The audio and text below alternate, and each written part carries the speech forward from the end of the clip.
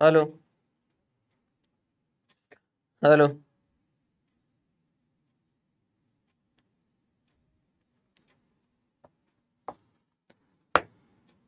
हे guys, welcome everyone. कैसे हैं आप सब? हेलो। बढ़िया है।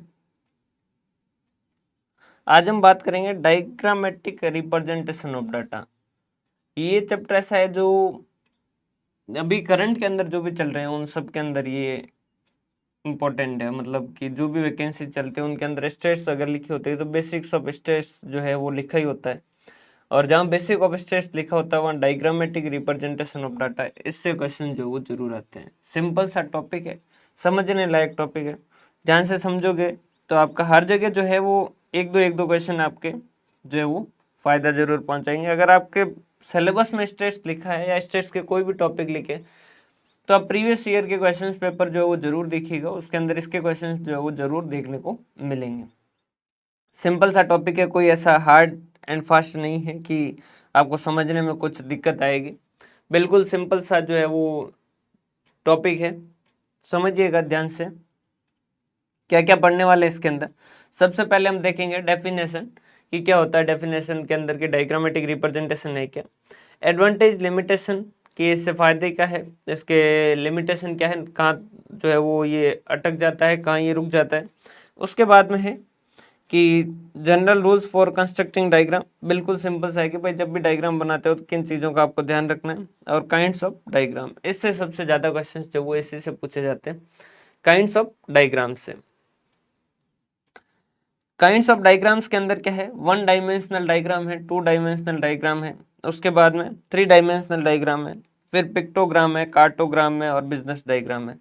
सबसे ज़्यादा जो क्वेश्चंस पूछे जाते हैं वो इस तरीके से पूछे जाते हैं कि ये जो है ये किसके अंदर आएगा, वन डायमेंशनल के अंदर आएगा, टू डायमेंशनल के अंदर आएगा या थ्री डायमेंशनल के अंदर आएगा। सिंपल तरीके से समझिएगा, बिल्कुल सिंपल सा टॉपिक है।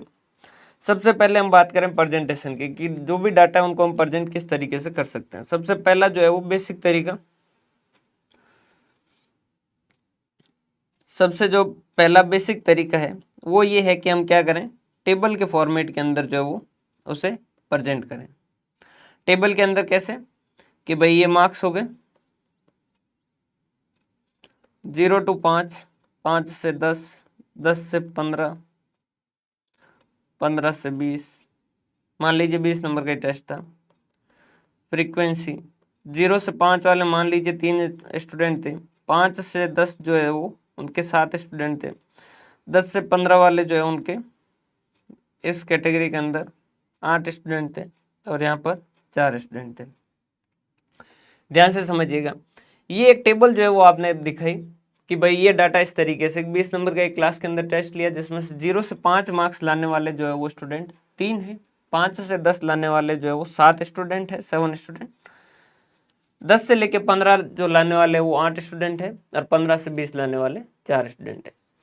ये टेबल आप किन को समझा सकते हो, किन को दिखा सकते हो, जो पढ़ा लिखा है या जो स्टेट्स के बारे में भी थोड़ा बहुत जानता हूँ। पहली बात, क्या अनपढ़ आदमी जो है वो क्या इस टेबल को पढ़ पाएगा क्या?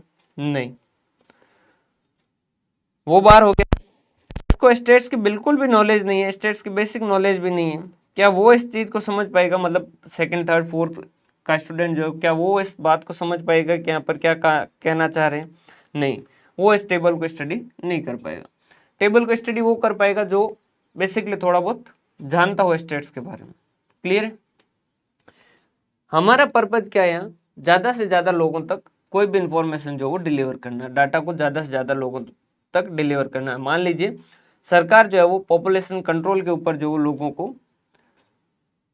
कुछ बताना चाहती है तो वो टेबल के जरिए मान लीजिए बताना चाहती है कि भाई अनाज जो है वो इतना जो है वो अवेलेबल रहता है, अगर पॉपुलेशन बढ़ जाती है तो अनाज इतना रहेगा, और पॉपुलेशन बढ़ जाती है तो अनाज हर किसी के लिए इतना इतना रहेगा।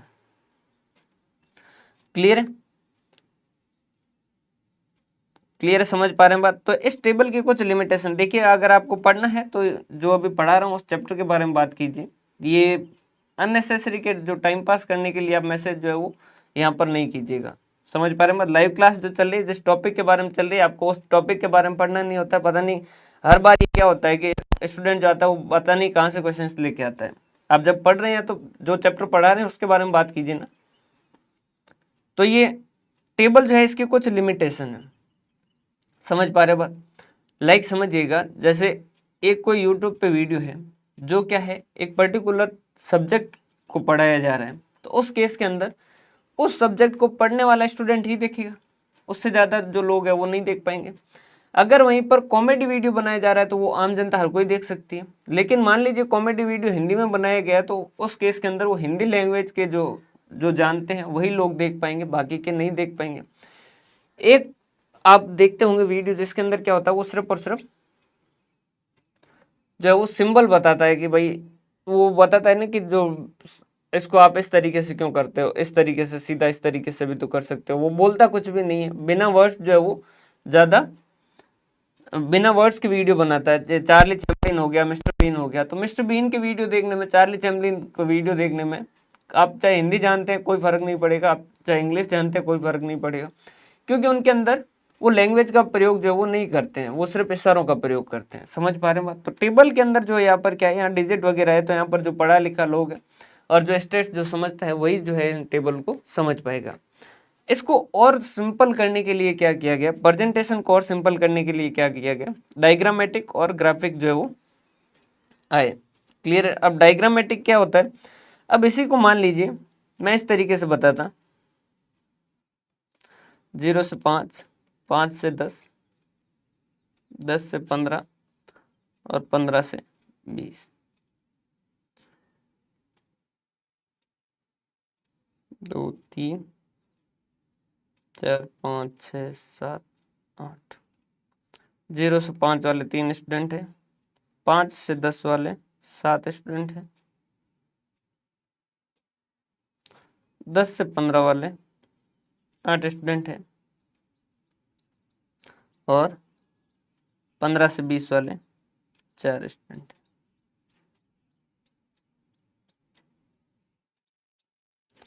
समझ पा रहे हैं बात? अब ये इस तरीके से अगर मैं डाटा प्रेजेंट करूंगा तो चाहे कोई पढ़ा लिखा है चाहे कोई नहीं पढ़ा लिखा है वो भी इस तरीके से समझ सकता है, इस डायग्राम की मदद से वो भी समझ सकता है कि यहाँ पर कितने स्टूडेंट है, यहाँ पर कितने स्टूडेंट है, यहाँ पर कितने स्टूडेंट है और यहाँ पर कितने स्टूडेंट है। तो प्रेजेंटेशन को और ज़्यादा सिंपल तरीके से करने के लिए हम क्या करते हैं, डायग्राम और ग्राफ की मदद लेते हैं। ग्राफ जो है वो जस्ट इससे बाद में जो पढ़ेंगे वो है ग्राफिकल, और अभी जो देख रहे हैं हम वो ये है। आप जिस एग्जाम के लिए फर्स्ट पेपर के लिए बात कर रहे हैं उसके अंदर भी ये जो चैप्टर है वो कवर है, और प्रीवियस ईयर के पेपर जो है वो देखिएगा उसके अंदर बेस से क्वेश्चंस जो वो पूछे गए हैं। तो जब आप पढ़ रहे हैं तो इस चीज़ों पे ज़्यादा ध्यान दीजिए, चैप्टर को क्लियर कीजिए। ये हमारे हाथ में भी नहीं है कि कौन सा एग्जाम कब होगा। क्लियर है? तो डायग्रामेटिक और ग्राफिक जो ये क्या है, एक तरीके से विजुअल मेथड है अट्रैक्टिव प्रेजेंटेशन के लिए, कि आप और ज़्यादा अच्छे तरीके से इसको प्रेजेंट करना चाहते हैं डाटा, तो उस केस के अंदर आप क्या कर सकते हैं, डायग्रामेटिक और ग्राफिक प्रेजेंटेशन जो इस्तेमाल कर सकते हैं। Definition, to make statistical fact interesting and attractive they are presented by means of geometric figures और chart, bar diagram, square, circle वगैरह, पिक्चर्स, मैप के जरिए, जिससे हमें क्या करते, उससे हम क्या कहते हैं, diagrammatic present. Diagrammatic statistical fact थे, ये स्टैटिस्टिकल फैक्ट थे, ये डाटा थे, उस डाटा को हमने क्या किया, इंटरेस्टिंग तरीके से, अट्रैक्टिव तरीके से प्रेजेंट किया, जो किसी भी तरीके से कर सकते हैं, बार डायग्राम से कर सकते हैं, स्क्वायर से कर सकते हैं, सर्कल से कर सकते हैं, कोई पिक्चर से कर सकते हैं, किसी भी तरीके से मैप से कर सकते हैं।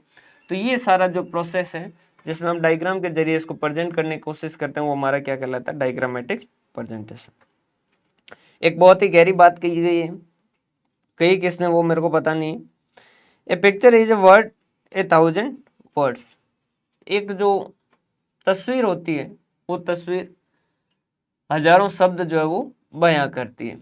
क्लियर है? आपने देखा ही होगा, जैसे वेलकम के अंदर जो है वो अनिल कपूर जो पेंटिंग बनाता है, घोड़े के ऊपर जो है वो गधा चढ़ा होता है, इस तरीके की पेंटिंग न कह के पिकासो वगैरह की जो पेंटिंग है जो होती है, वो पेंटिंग जो है उनके अंदर बहुत ज़्यादा जो है उसके मीनिंग जो वो निकाले जाते हैं, बहुत अलग तरीके से उसको समझा जाता है। तो आप 1000 शब्द बोल रहे हैं चाहे एक पिक्चर दिखा रहे हैं, दोनों जो है वो एक ही बात है। समझ पा रहे हैं बात? A picture is a word a 1000 words. एक पिक्चर जो है वो हजारों शब्द जो वो बयां करती है। यूटिलिटी एंड एडवांटेज, इससे फायदा क्या होगा आप खुद सोचिए भाई, पढ़ने की जरूरत ही कहाँ है, आप खुद सोचिए, आपको खुद से समझ आ जाएगा भाई। सिंपल हो गया, जो टेबल जो है वो उसको पढ़ने में दिक्कत आती थी, उसको पढ़ना पड़ता था, यहाँ पर आप क्या करोगे, सिर्फ पिक्चर देख के समझ लोगे, तो सिंपल इजी हो गया, अट्रैक्टिव हो गया, समझाने का तरीका हो गया, चाहे इलिटरेट पीपल है उनको भी आप समझा पाओगे। ये इसके एडवांटेज हो गए, ये इसके फायदे हो गए। Attractive and effective means of presentation, presentation का हाँ करते हैं। अभी ये कीजिए, ये आपके सिलेबस के अंदर कवर है, चाहे आप किसी की भी तैयारी कर रहे हैं, ये जो भी अभी कोर्स चल रहे हैं उन सब के अंदर ये चैप्टर जो है वो कवर है, diagrammatic representation. Attractive and effective means of presentation, present करने का एक सिंपल और अच्छा तरीका है इसके अंदर।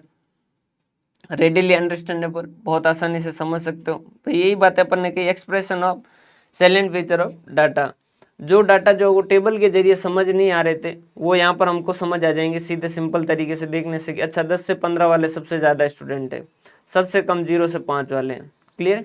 ये तो वैसे पूरा और ज़्यादा अट्रैक्टिव नहीं बनाया, और ज़्यादा अच्छे से बनाते तो और ज़्यादा अच्छे से समझ भी आ जाता। टू फैसिलिटेट कंपेरिजन, अब यहाँ कंपेरिजन, एक टेबल के अंदर कंपेरिजन देखना, ये तो टेबल वैसे छोटी है, इस टेबल के अंदर कंपैरिजन देखना और एक इस डायग्राम के अंदर कंपैरिजन करना, आपको सिंपल से सीधे समझ आ रही है कि सबसे बड़ी लाइन ये है तो ये सबसे जो वो इसमें ज़्यादा स्टूडेंट है।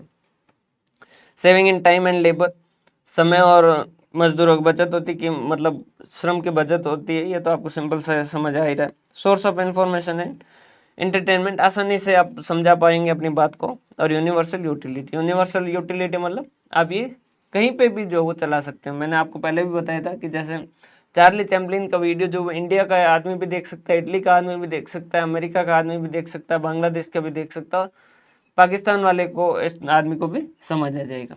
समझ पा रहे हैं बात? क्यों? क्योंकि वहाँ वर्ड की जो है वो इस्तेमाल नहीं किया गया, वहाँ पर बातों को दूसरे तरीके से समझाया गया, सिंपल तरीके से समझाया गया। वैसा का वैसा टेबल के अंदर आदमी पढ़ा लिखा होगा वो समझ पाएगा, लेकिन डायग्राम के अंदर वो सिंपल तरीके से समझ पाएगा, यहाँ पर बिल्कुल आसानी से समझ आ जाएगा। जैसे और भी कोई ऐसा डायग्राम है, मान लीजिए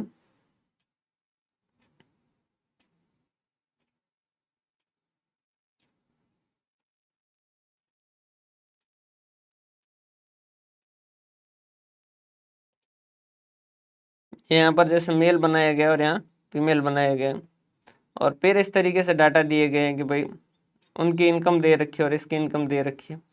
तो ये देख के सीधा सा समझ आ जाएगा कि भाई हाँ यहाँ पर फीमेल की इनकम ज़्यादा है, या फिर उनके एवरेज मार्क्स दे दिए गए, या इनके एवरेज मार्क्स दे दिए गए। इस तरीके से आप आसानी से समझा सकते हैं। लिमिटेशन क्या है? लिमिटेड एक्यूरेसी, टेबल के अंदर एग्जैक्ट डाटा दिए गए जाते हैं, इसके अंदर थोड़ा बहुत एक्यूरेसी जो अफेक्ट होती है। उसके बाद में अनसुटेबिलिटी, कई ऐसे केस हो जाते हैं जहाँ पर आपके डायग्रामेटिक प्रेजेंटेशन करना चाहते हो लेकिन डायग्रामेटिक प्रेजेंटेशन नहीं कर सकते हो। भाई सारे डाटा जो है वो टेबल के फॉर्मेट में हो, उनको आप डायग्राम के अंदर प्रेजेंट कर पाओ, ये कोई ज़रूरी नहीं है। कुछ ऐसे डाटा भी होते हैं जो वहाँ पर प्रेजेंट नहीं कर पाते हैं, आगे जब पढ़ोगे तो धीरे धीरे समझ आएगा। जैसे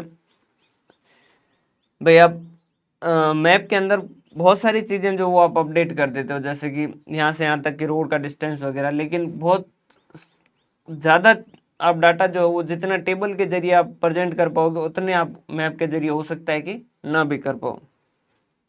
लिमिटेड कंपेरेबिलिटी, अब यहाँ पर देखो लिमिटेशन के अंदर तो पूरा ही करनी है, तो वो कहता है कि टेबल के अंदर ज़्यादा अच्छे से समझ आ जाता है कि यहाँ कितने स्टूडेंट है और यहाँ कितने स्टूडेंट है, यहाँ पर इतना अच्छे से समझ नहीं आता। डिफिकल्ट इन मल्टीपल रिप्रेजेंटेशन, बहुत अगर कुछ ज़्यादा ही डाटा है और उनको रिप्रेजेंट करना है तो यहाँ पर डायग्रामेटिक रिप्रेजेंटेशन में दिक्कत आती है, और मिसयूज आसानी से किया जा सकता है। और नो सब्स्टिट्यूट ऑफ टेबल, ऐसा नहीं है कि सिर्फ डायग्रामेटिक रिप्रेजेंटेशन करके आप निकल पाएंगे, नहीं, आपको टेबल बना के टेबल के साथ आप डायग्रामेटिक रिप्रेजेंटेशन जो दे सकते हैं। आप बिजनेस मीटिंग का जब भी कोई भी मूवी के अंदर या कोई भी वेब सीरीज के अंदर जब भी सीन देखते हैं तो आपको देखते हैं कि भाई एक आदमी जो वो इस तरीके से एक वो बना रखा होता है, उसके अंदर वो बताता है कि ये देखो ये इस तरीके से सेल्स के डाटा जो वो इंक्रीज हुए, इस तरीके से सेल्स के डाटा इंक्रीज हुए, तो वो डायग्राम बना के उसको क्या करता है, प्रेजेंट करता है। क्लियर है? लेकिन वहाँ पर टेबल भी साथ में दी होती है, अगर आप उसको ध्यान से देखोगे साथ में टेबल भी दी होती है। टेबल एग्जैक्ट डाटा अगर आपको देखने, टेबल देखिए, अगर आपको रफ अप्रोक्सीमेशन देखना है तो नॉर्मली डायग्राम और ग्राफ जो उसका इस्तेमाल किया जाता है। क्लियर?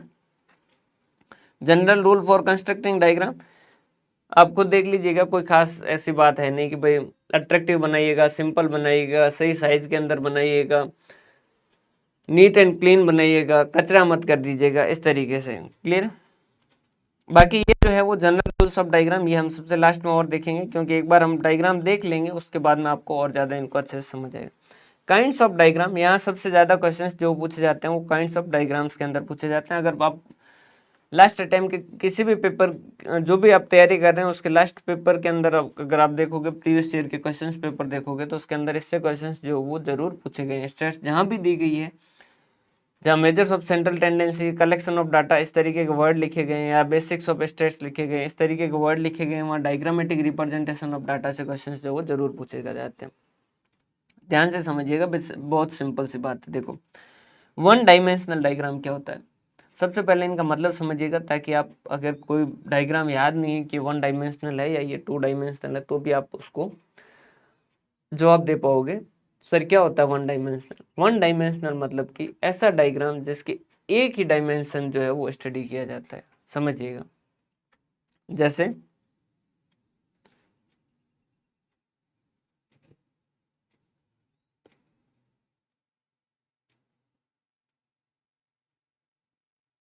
अरे ऐसा क्यों नहीं हो रहा है, एक सेकंड है ना। अगर इसके अंदर अगर आप देखोगे तो दो चीजें हैं, एक तो इसकी ये हाइट,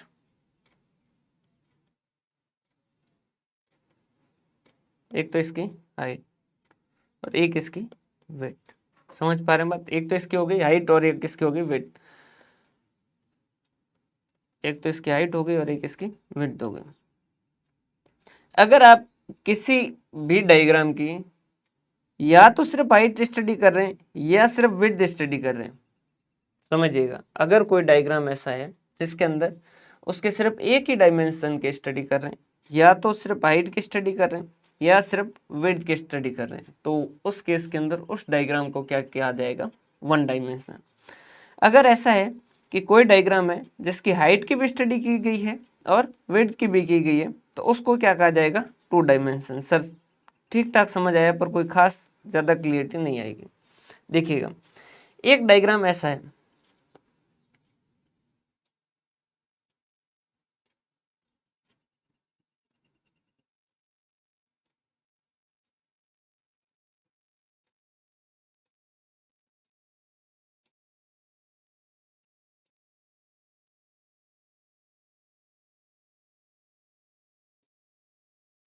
एक तो डायग्राम जो है वो इस तरीके से और एक डायग्राम जो है वो इस तरीके से।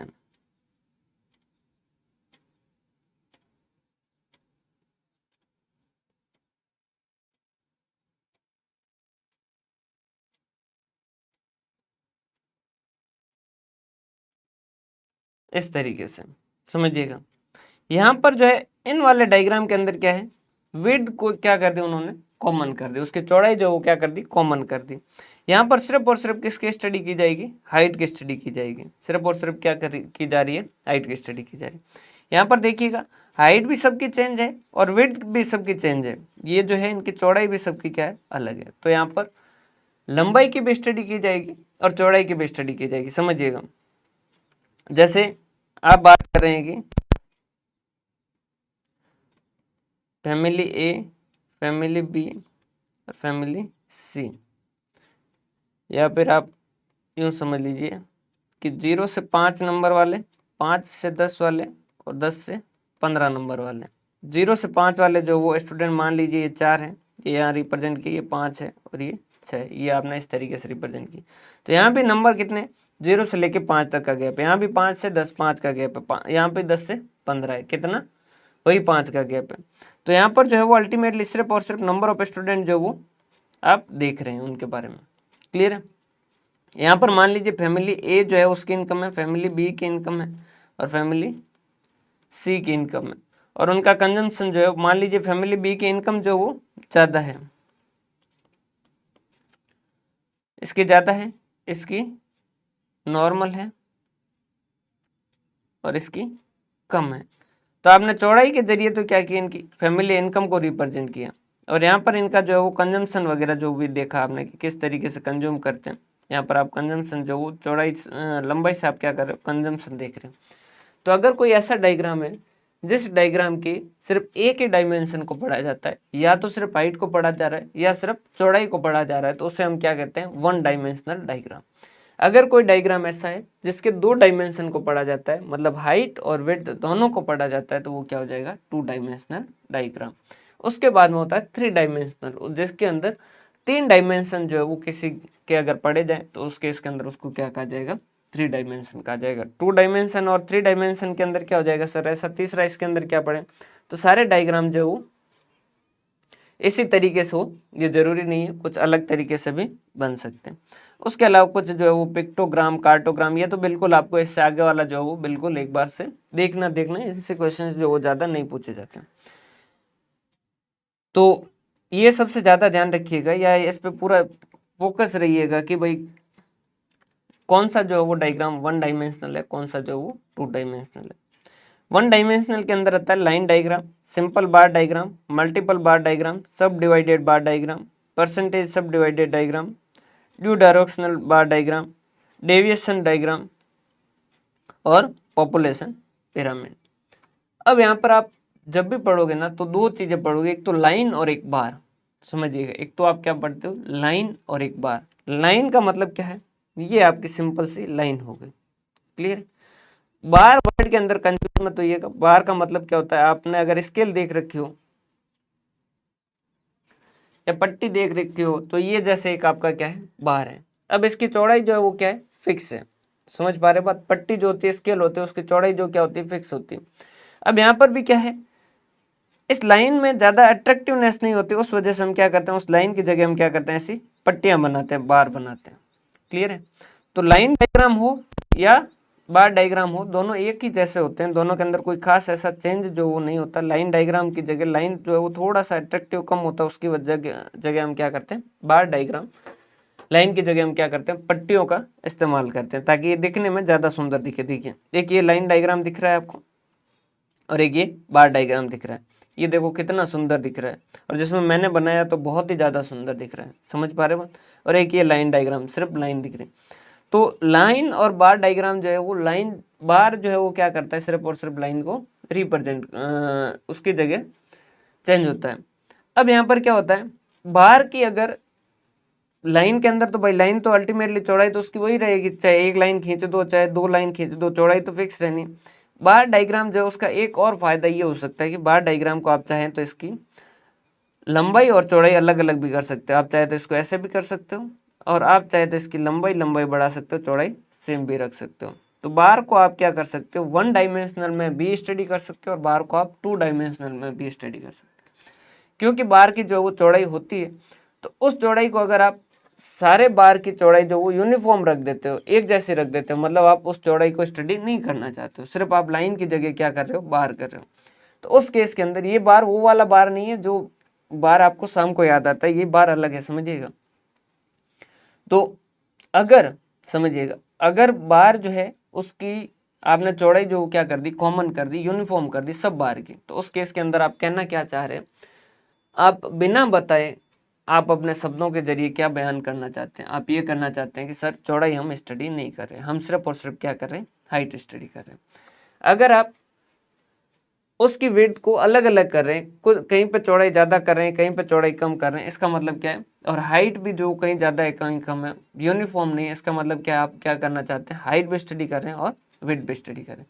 या फिर इसका जस्ट ऑपोजिट, आपने हाइट जो है वो सबकी क्या कर दी, यूनिफॉर्म कर दी, कॉमन कर दी, विड्थ जो है वो कहीं चौड़ा कर दिया, कहीं कम चौड़ा कर दिया, इस तरीके के केस बनता है। तो उस केस के अंदर वो क्या होगा, वो भी वन डायमेंशनल, क्योंकि हाइट आपने यूनिफॉर्म कर दी, मतलब कि हाइट को आपने क्या कर दिया, एक तरीके से इग्नोर कर दिया, सिर्फ आप चौड़ाई देख रहे हैं। तो अब मैं मान रहा हूं कि आपकी क्लियरिटी आ गई होगी। लाइन डायग्राम है तो सिंपल सी बात है, लाइन है तो क्योंकि उसकी चौड़ाई तो सब लाइन की एक जैसी है, तो उस केस के अंदर वो तो सीधा सा सेम।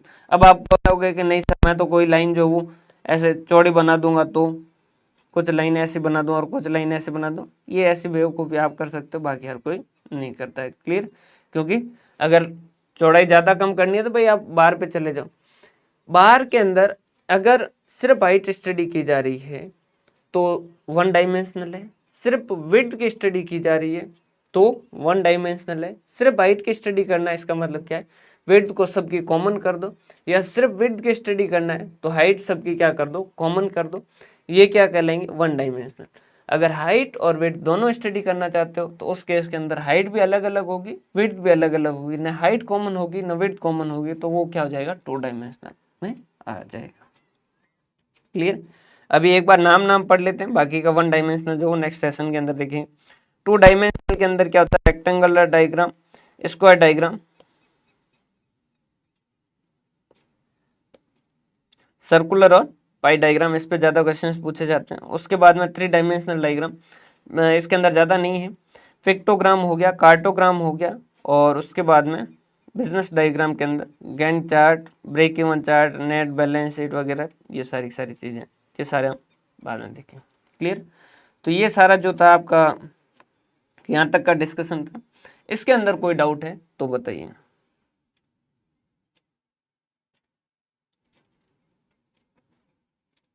इसके अंदर किसी भी तरीके का कोई डाउट है अगर आपका, और तैयार रहिएगा। अब से जो है वो मैं कोशिश करूंगा कि लाइव क्लास लूँ, ताकि आपके जो डाउट हो वो साथ ही साथ रिजॉल्व होते रहे। इसका नेक्स्ट सेशन जो है वो भी लेंगे जल्दी से, तो आप तैयार रहिएगा, क्योंकि फिक्स टाइमिंग में बता नहीं सकता, क्योंकि यहाँ पर BSNL एयर फाइबर है, जो जब उसकी इच्छा हो तो बंद भी हो सकता है, उसकी कोई इच्छा पे। क्लियर है, यहाँ तक का कोई डाउट हो तो बता दीजिएगा। और जब क्लास के अंदर कहीं पे भी कोई भी क्लास ले रहे हो, कोई भी स्टडी कर रहे हो, तो उस केस के अंदर उस क्लास से रिलेटेड रहिए। तो उस क्लास के अंदर जो वो क्या बताया जा रहा है, क्या पढ़ाया जा रहा है, कम से कम कोशिश कीजिए कि आप उसके बारे में ही क्वेश्चंस पूछें। बाकी के क्वेश्चंस पूछने के लिए आपके पास और प्लेटफॉर्म है, आप ऐप के चैट बॉक्स के अंदर पूछ सकते हैं। क्लियर है। यहाँ पर आप अगर पूछेंगे कि सर वो एग्जाम कब होगा, वो एग्जाम कब होगा, तो ये सही जगह नहीं है। यहाँ पर आप आपकी वजह से बाकी सबका भी टाइम डिस्टर्ब होता है। बहुत बहुत धन्यवाद। हंसते रहें, मुस्कुराते रहें, पढ़ते रहें।